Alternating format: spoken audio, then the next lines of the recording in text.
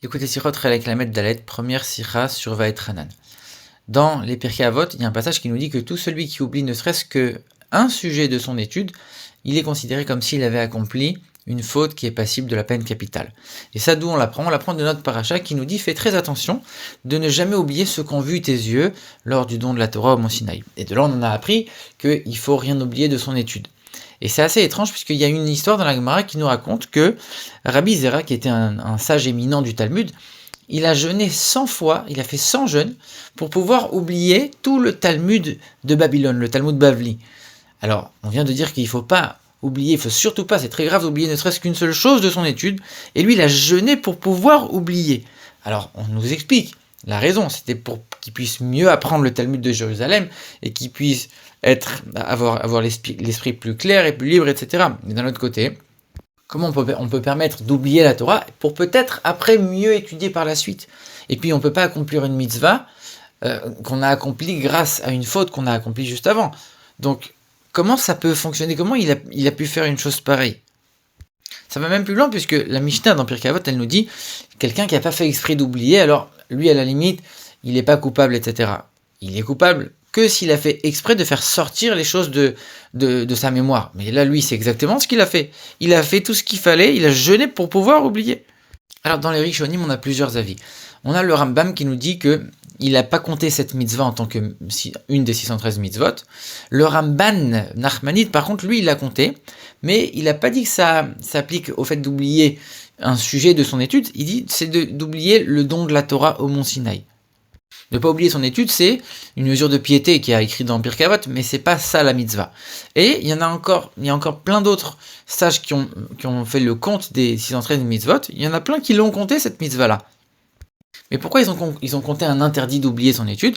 Parce que à ce moment-là, tu es en train de te séparer de la Torah, ou alors tu es en train de faire autre chose, de faire quelque chose de pas constructif, de vide.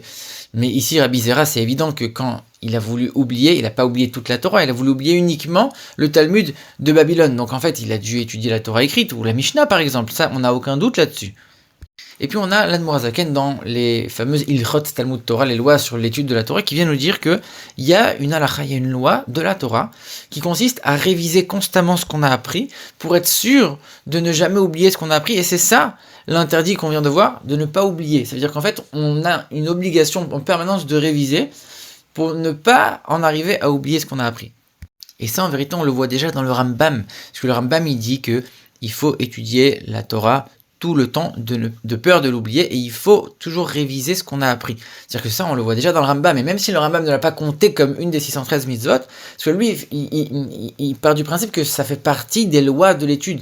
C'est pas une mitzvah à part entière, mais on voit que le Rambam, il est quand même d'accord avec ce principe-là. Alors, une des premières réponses qu'on pourrait donner, pourquoi Rabbi Zera il a fait ça, et comment c'était permis de faire ça, parce qu'en vérité, quand on dit qu'il a oublié tout le Talmud de Babylone, toute la Gemara, le Talmud Bavli, c'est pas qu'il a oublié tout. Il a oublié uniquement tout le cheminement du raisonnement et des questions et des objections, etc. On sait que le Talmud Bavli, il est fabriqué de cette manière. Il y a beaucoup de questions, beaucoup de remises en question et de remises en cause, d'objections, pour enfin arriver à la loi. Et ce que le Rambam nous dit, ce que l'Admorazaken nous dit, c'est qu'on doit finalement connaître la Torah, c'est-à-dire les lois concrètes, la conclusion de la loi, et la raison de la loi, mais pas forcément tous les raisonnements qui ont amené à cette conclusion-là. Et donc ici, on pourrait décomposer en deux. Il y a la loi avec sa raison, et il y a tous les raisonnements, les objections qu'il y avait avant d'arriver à cette loi-là. Et ici, on pourrait dire que Rabbi Zera, il a mis de côté uniquement le côté objection, le côté questionnement, et pas le côté conclusion. Ça, c'est complètement différent. Ça pourrait être une première réponse, mais le Rabbi dit c'est quand même assez difficile d'accepter une réponse pareille pour deux raisons. Première raison, l'Admorazaken, quand il nous dit qu'il faut réviser, parce qu'il nous dit qu'il faut réviser, il faut tout réviser. Il faut, pour pouvoir véritablement comprendre les raisons des conclusions, etc., il faut réviser aussi tout le cheminement intellectuel qu'il y a derrière. Donc ça aussi, ça fait partie des choses qu'il faut réviser et qu'il faut connaître. Donc tu peux pas dire non, en fait, c'est deux parties et une, elle est moins importante que l'autre. On voit pas ça dans les lois de l'Admorazaken. Et deuxième raison, c'est que ici, la Gemara, elle nous dit pas qu'il a oublié qu'une partie. La Gemara, elle nous dit il a voulu oublier tout le Talmud Bavli, tout le Talmud de Babel. Donc c'est difficile d'accepter une réponse pareille, et quelque part on reste toujours avec cette interrogation. Alors il y a autre chose. C'est vrai que le Rambam lui-même, il dit que le fait de retenir la Torah, ça inclut uniquement la Mishnah et pas la Gemara. Ça veut dire c'est les lois claires et tranchées et pas tout le raisonnement qu'il y a derrière, comme on l'a dit. Donc ça voudrait dire que d'après le Rambam, Rabbi Zera n'a pas fait quelque chose d'interdit. D'un autre côté, tout le monde, y compris le Rambam, reconnaît que on doit diviser son étude en 3.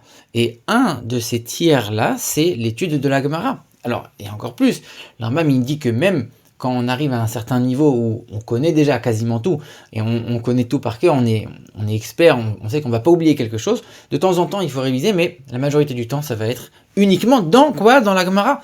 Donc de toute façon, même quand on est au début de l'étude, il doit y avoir un tiers de Gemara minimum, et à la fin quand on maîtrise tout, il faut qu'il y ait que de la Gemara.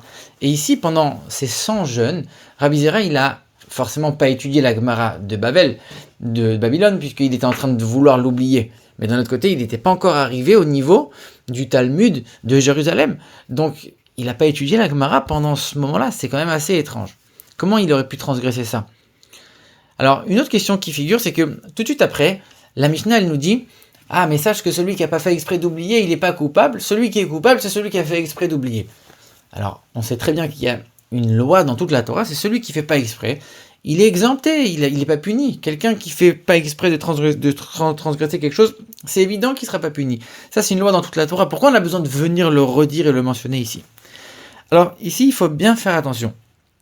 Quand on regarde ce que le Barthénoura nous dit, par exemple, sur le fait de ne pas oublier l'étude, il nous dit parce que si on oublie, peut-être qu'on va venir à permettre des choses interdites, et c'est le début de la fin, c'est le début de la dérive.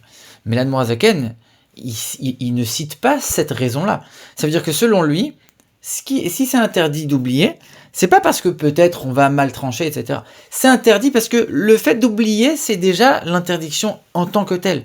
C'est pas qu'on va peut-être arriver à quelque chose d'autre parce qu'on a oublié. L'interdit d'oublier, c'est déjà quelque chose à part entière. Et c'est pour ça qu'il précise, il dit même aujourd'hui, qu'on a imprimé énormément de livres par rapport à l'époque. Alors, on pourrait dire, si j'oublie, c'est pas grave, je vais aller vérifier dans un livre très vite. Il dit, même ça marche pas. Il faut retenir, il faut tout comprendre, il faut tout apprendre et tout retenir. Et même si on a besoin d'aller vérifier quelque chose, à partir du moment où on a oublié, c'est déjà un problème, puisque l'oubli est déjà un problème en tant que tel. Et ici, ce qu'il cherche à montrer, l'Admor HaZaken, c'est que finalement, le fait d'oublier, c'est pas une action. L'oubli, il vient pas de manière active. L'oubli, il arrive tout seul. Et ici, la Torah ne nous a pas dit « révise », « va apprendre ». La Torah elle nous a dit « fais attention à ne pas oublier ». Mais l'oubli, il arrive tout seul. Tu aurais pu me dire « va apprendre ». Non, la Torah elle te dit « fais très attention à ne pas oublier ». Ça veut dire que le fait d'oublier, en tant que tel, c'est déjà un problème. Et maintenant, on peut comprendre pourquoi la Torah elle a eu besoin de venir te répéter. Et celui qui n'a pas fait exprès, lui, il n'est pas coupable. Celui qui est coupable, c'est uniquement celui qui a fait exprès. Alors que c'est comme ça partout. Pourquoi la Torah le répète? En vérité, il y a deux manières de voir quelqu'un qui a transgressé quelque chose sans le vouloir. Soit tu vas dire, c'est lui qui a fait, mais comme c'était contre sa volonté, alors il n'est pas coupable. Soit tu vas dire, il n'a rien fait. Il est même pas considéré comme s'il avait fait une faute, mais il n'est pas coupable. Il n'a rien fait. Il n'y a même pas eu de faute ici. C'est deux manières de voir les choses. Mais ça, c'est valable uniquement quand il y a une action. Quelqu'un qui a fait une action, il dit « Ah, mais j'ai pas fait exprès de faire cette action-là ». C'est là que ça se passe. Mais ici, il a pas fait une action pour oublier. L'oubli est venu de lui-même. L'interdit, c'est pas de faire une action d'oublier, c'est d'oublier tout court, comme on l'a dit. L'oubli en tant que tel, c'est déjà un problème. Alors, même si moi, j'ai pas fait d'action, je pourrais quand même être coupable. Ici, la Torah elle a besoin de venir te répéter, non, celui qui est coupable, c'est uniquement celui qui a fait exprès de faire sortir les choses de lui et d'oublier volontairement. C'est exactement pour ça que la Torah elle doit le répéter. Et quand on regarde ce qui est écrit dans aussi Ilchot Talmud Torah, l'Admor HaZaken, toujours, qu'est-ce qu'il nous dit? Il nous dit, il faut apprendre tout le Talmud, etc., etc., etc. Et il dit, même celui qui a oublié, mais qui n'a pas fait exprès. Alors, sache que quand Mashiach viendra, on va lui rappeler tout ce qu'il a étudié, et comme en vérité, c'est pas un véritable changement puisqu'il a oublié, mais on va lui rappeler. Même aujourd'hui, il est considéré comme s'il l'avait pas oublié. Donc on voit que celui qui n'a pas fait exprès, non seulement il n'est pas puni, mais il n'est même pas considéré comme s'il était dans une situation d'oubli. Donc ici, on voit clairement que l'interdit, c'est de se séparer volontairement de la Torah. Et ici, celui qui fait pas exprès, alors il se sépare pas, et non seulement qu'il se sépare pas, mais comme lui ne se sépare pas, la Torah non plus ne se sépare pas de lui, et c'est pour ça que on dit qu'on va lui rappeler, quand Mashiach viendra, on va lui rappeler tout ce qu'il a étudié. Il n'a jamais été séparé de la Torah. Donc ici, Rabbi Zera, il n'a pas fait quelque chose d'interdit finalement, puisque lui, tout son but c'était quoi? Il ne s'est pas séparé de la Torah, c'était au contraire pour arriver à un niveau d'études supérieur. Donc tout son but, c'était non seulement d'arriver à étudier encore mieux, encore plus, à un niveau supérieur, mais même plus que ça. C'était pour retenir encore mieux, puisque comme on l'a dit, quand on étudie le Talmud de Babel, de Babylone, il y a énormément de questions, d'objections avant d'arriver à la loi. Et toutes ces objections et ces questions, elles sont dures à retenir. Ça empêche, quelque part, ça embrouille un petit peu le fait de retenir la loi concrète et tranchée. Alors que quand on étudie le Talmud de Jérusalem, on voit que c'est quelque chose qui est clair, qui est droit. Il n'y a quasiment pas de questions.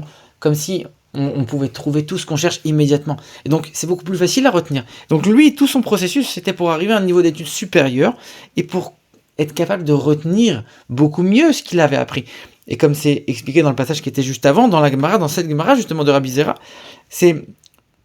Non, justement, pas dans cette Gemara de Rabbi Zera, mais dans la Gemara qui dit qu'il ne faut pas oublier. Juste avant, on nous dit quoi? On nous dit que des fois, pour mieux étudier, pour l'étude en tant que telle, c'est mieux d'annuler à un certain moment l'étude. Et donc ici, c'est sûr qu'Rabbi Zera n'a pas fait quelque chose de problématique. D'ailleurs, finalement, quand on regarde de manière plus profonde, le problème d'oublier la Torah, c'est quoi? C'est qu'on se sépare de notre vie, puisque la Torah, c'est notre vie, c'est notre vitalité d'un juif. Et on s'en sépare, mais ici, il apparaît comme évident que Rabbi Zera n'a pas voulu se séparer. Au contraire, il a voulu s'attacher encore plus à la Torah. D'ailleurs, c'est pour ça qu'on dit que celui qui oublie, il est considéré comme s'il avait accompli une faute capitale. C'est pas une punition, c'est qu'en fait, tu enlèves la vie de toi. Donc, automatiquement, tu te vides de ta vitalité et de ta vie. C'est pour ça qu'on dit ça. Et donc, finalement, évidemment que c'était pas un problème, le processus et l'initiative de Rabbi Zera.